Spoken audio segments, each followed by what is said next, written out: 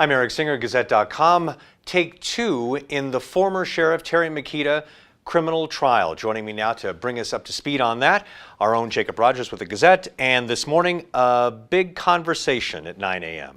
Yeah, what we saw today in court, it was a conference call, but prosecutors and defense attorneys set an October 3rd trial date for the Maketa trial. So what this signifies is that prosecutors are moving forward with this case. You know, there were 3 charges that a jury acquitted Maketa on last week, but there were 4 that they were hung on. I mean, they were deadlocked on, you know, whether to acquit or to find guilty. Those 4 remaining charges, a couple of them were felonies.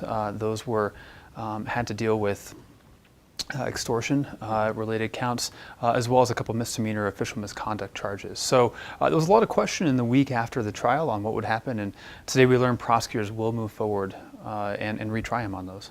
Now, 2 other defendants, Paula Presley, under sheriff, and also John St. Augustine, a high-ranking official in the Sheriff Maketa administration, also linked to this as well. And it's pretty interesting, actually. The October 3rd date's pretty important because that's the same date that Paula Presley is bound for trial as well. That creates a bit of a legal quagmire and something that we'll have to kind of see how that plays out here in the coming months and weeks, because essentially that can only end in either perhaps a plea deal being accepted in one way or another, or a postponement on one of those cases, or some legal maneuvering that would take a lot of work between here and there.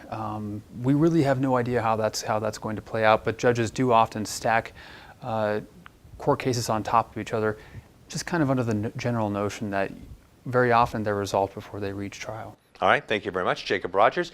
And of course, you can read Jacob's full story on the former Sheriff Terry Maketa trial, Take 2, on the Gazette and Gazette.com. I'm Eric Singer, Gazette.com.